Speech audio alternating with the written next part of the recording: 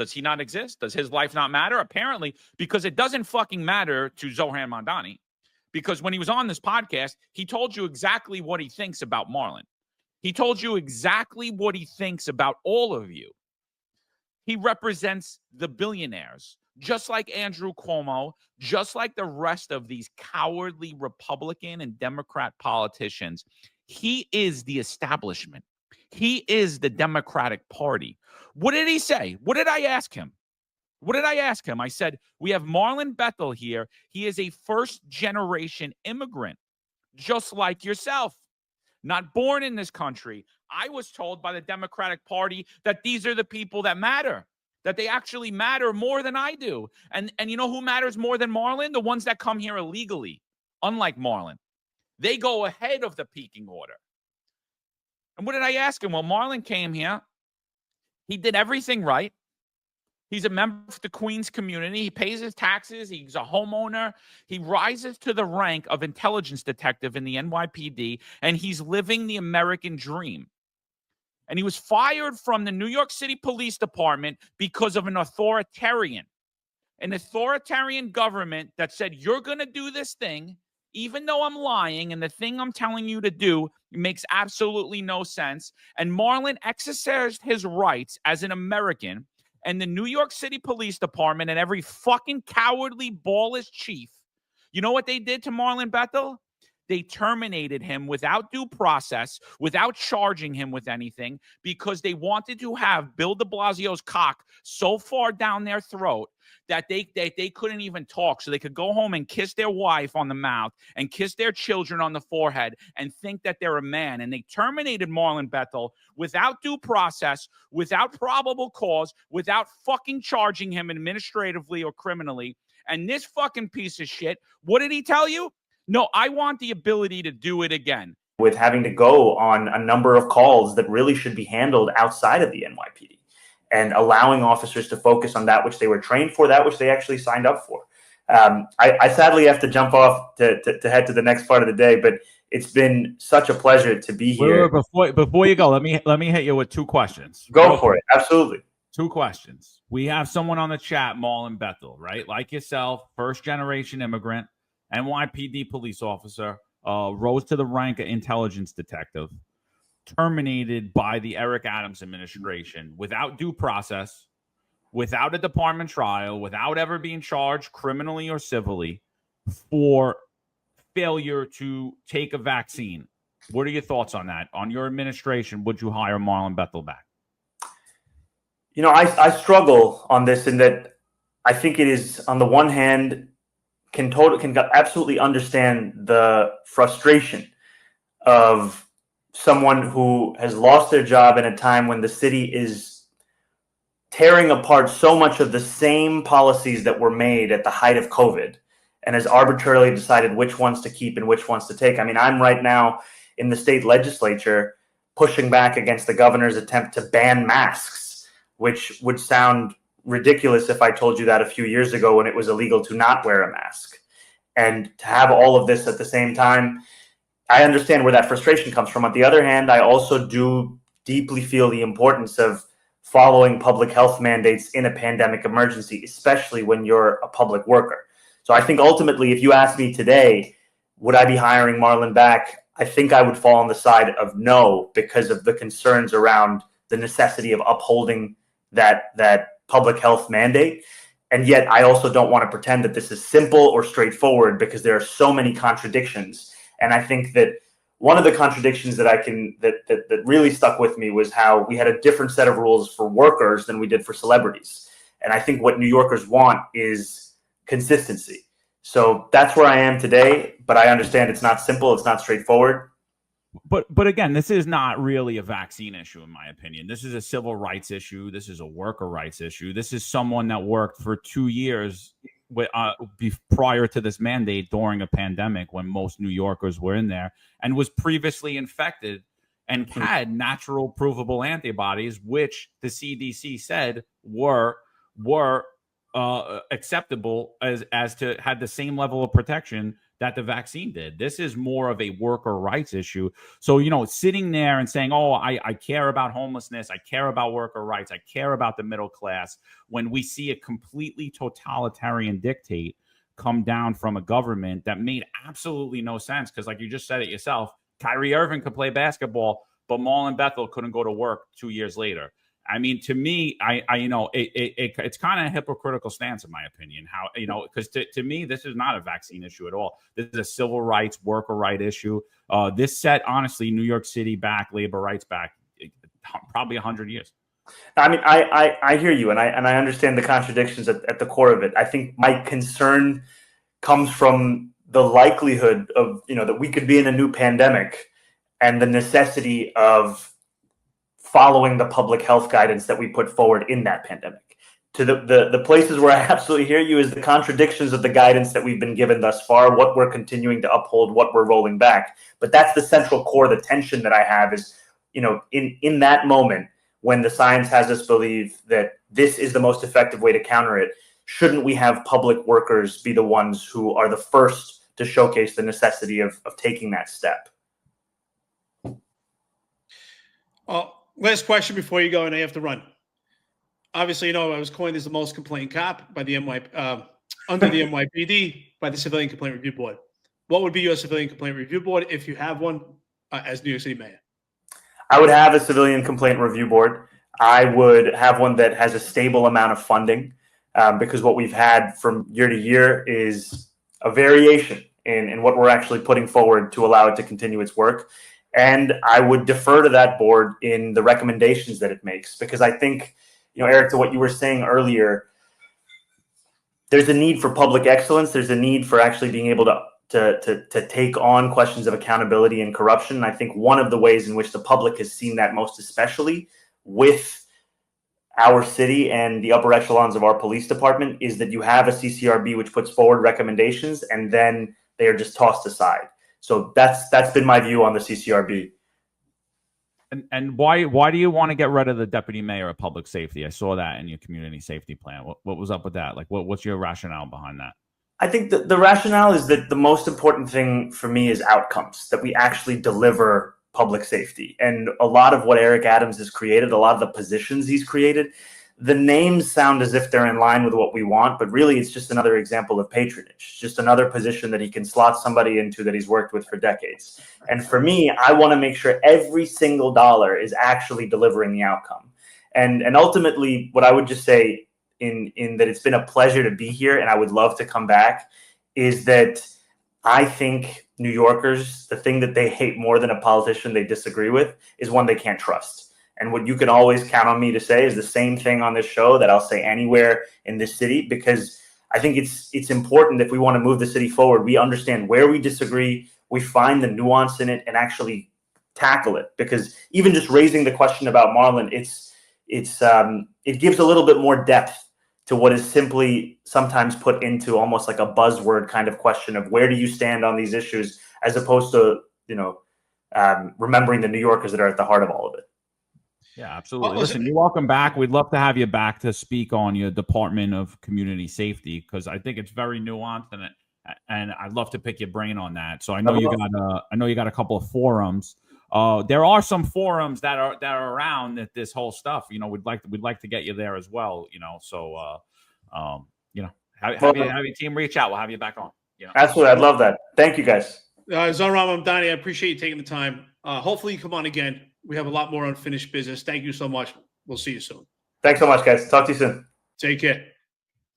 And here's Jack telling us that he represents the underrepresented communities. Are you kidding me? Listen to how full of shit this guy is. Listen to this. Their freedom doesn't just come at the expense of dignity and truth. It comes at the expense of the freedoms of others too. They are the authoritarians who seek to keep us pressed beneath their thumbs because they know that once we shake ourselves loose, we will never be held down again. Each and every one of these people think New York is for sale.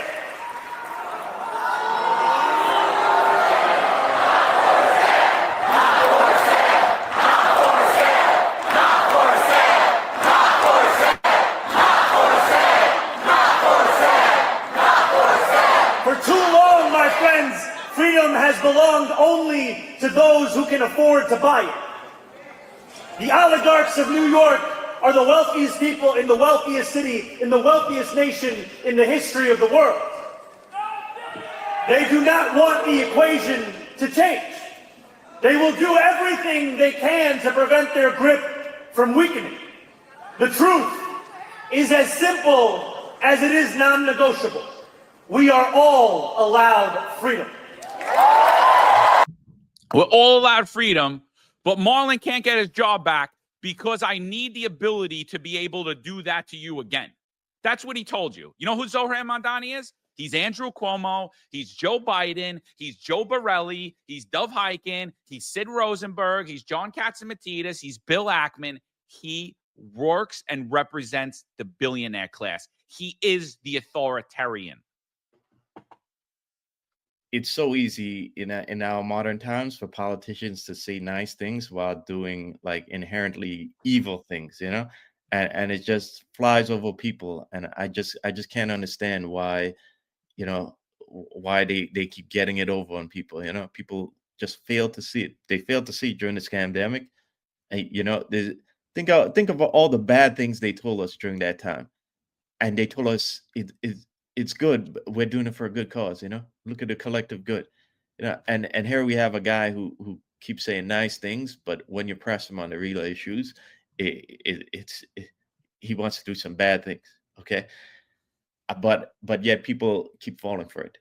But you do have to make that distinction, Jack, between what Mamdani is saying and then what what young people may be being lulled into thinking is his actual beliefs.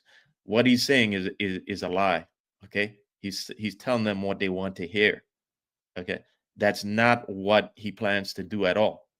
He plans to do the things he plans to do are going to negatively affect their lives, young people's lives, just like what Eric Adams has done, just what Bill de Blasio have done. First of all, there's no one more insulting than the Democratic Party. Democratic Party is so full of shit. They insult their own constituents and their own voters constantly.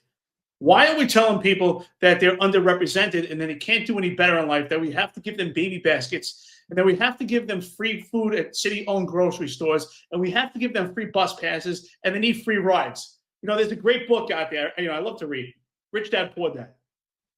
And in the book Rich Dad, Poor Dad, it says what's the difference between rich people and poor people, right? And poor people work for money, and rich people have money work for them. And that's what these billionaires are doing. They're having people work for them right now to get out their message. They're insulting their own voters, insulting. And also in that book, Rich Dad, Poor Dad, the ideology, it says, shouldn't be, well, I can't afford this.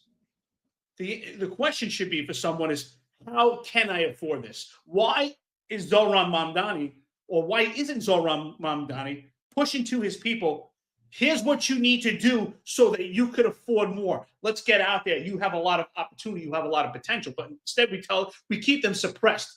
And we keep them suppressed so that we have control. That's why they don't like people like Marlon Bethel and John McCarry, Eric Dim, and Sal Greco, and Rob Lukash, and Ron Layson. Why? Because we think outside the box and we push back. They don't want that. That's when Zohran Mamdani came on here for his 18 to 20 minutes and ran out because the conversation started to get a little thicker. The reason why he ran out is because he didn't want to put Marlon Bethel back to work, because Marlon Bethel thinks outside the box. They want people that they can control. They want people that don't think outside the box. They want people that are just told what to do. They want slaves. They want to tell them what to do. That's why. And he told us here straight out, why would Marlon Bethel not get his job back? Because at the time when there was a mandate, whether the science proved or not, he didn't listen. So that's what they're telling you. Even if we feed you bullshit, we want you to do it because we want to control you. We want you to be a slave. So if anyone's the most insulting to their own people, it's the Democrats, telling people that they can't afford it. Let's give them baby baskets. What an insult. Why don't we tell these people, you have a lot of potential. You have the ability to go to college. You have the ability to go to trade schools. You have the ability to own a home. You don't need affordable housing. You need a better job. You need to show your skills and get your skills out there. That's what we should tell people, is there's a whole world out there. That's the one beauty I could say about immigrants that come to this country legally, see the opportunity in America, and they use that opportunity to better themselves. But instead, people that are homegrown from New York City, we tell them that they're not good enough and that they can only afford so much. and that we have to give them things. And giving them things just keeps people suppressed. So instead of looking at it as free, look at it as these are gifts of slavery. That's exactly what they are. To me, this is pure bullshit. I'm just tired of seeing this, and we're insulting people, and people love it. Oh, it's great. Give us free baskets. You don't need their baskets. And when people give you something and you don't have to give something back, you should be asking yourself why. Because things aren't for free. So you know what? Instead of, from now on, you know what should be on the ballot? It should be Democrat, Republican, protect animals, and it should be the billionaire class. That's who you're voting for. When you vote for Democrats like Zohran Mamdani and Andrew Cuomo, you just voted for the billionaires that are behind them, that have been pushing everything right now to keep these people suppressed so that they can keep making more money. Stop being a fool. No, it's a joke. And you know who else slaps you in the face? I think the biggest disappointment ever is Donald J. Trump. Honestly, the guy is he doesn't even know what he's talking about anymore. So he posts this. Why would anyone vote for New Jersey and Virginia gubernatorial candidates Mikey Sherrill and Abigail Spanberger when they want transgender for everyone, men playing in women's sports, high crime, the most expensive energy prices almost anywhere in the world, vote Republican for massive energy cost reductions, large-scale tax cuts, and basic common sense? Under President Trump, gasoline will come down to approximately $2 a gallon very soon. With the Democrats, you'll be paying $4, $5, and $6 a gallon. And your electric and energy costs will likewise soar. Vote Republican and get a great and very affordable life. And you'll get voting Democrat, unrelenting high crime, energy prices through the roof, men playing in women's sports, and heartache. And then at the same fucking breath, he's telling you to vote for Andrew Cuomo, who is exactly like Mikey Sherrill and the other loser. I'm like, are you kidding me? Like, is this a joke? Am I a moron? Am I stupid? I must be because I voted for you 3 times. But obviously, you're part of the oligarch billionaire class also. Just like your little buddy Zohran Mamdani that you would be more than happy to have win. That they would be more than happy to have win. And that's what, again, RH, you're a moron. You think that we're on a different team and we're all playing on the same team. You're just crying on the other side. Everyone in here that's like, oh, it's Republican, it's Democrat. No, it's the billionaires versus the working class and the poor. And if you're in the working class and the poor and you're crying and simping for a Republican president or a Democratic president, or you think that any of these politicians are going to come to save you, you, my friend, are a useful idiot because you're being played. And you're being played by people who are much, much, much of much intelligence than you. You have a lot more intelligence than the people that are playing you. You could put on a better charade than the people that are controlling the system. I mean, it's a slap in the face. You're saying, don't vote for this because you're going to get all these bad things, but vote for this in New York City. I saw that. I spit my coffee out. I'm like, is this guy kidding me?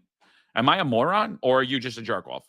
Or are you just a billionaire whose son wants to be the president of the United States, Eric Trump, who wants to be the president of the United States. And while in the meantime, you're going to use your resources to benefit from New York City contracts and get all the windfall of funds that come from having a Democrat in New York City office. I mean, are we stupid here? Are we really that stupid? Because we must be.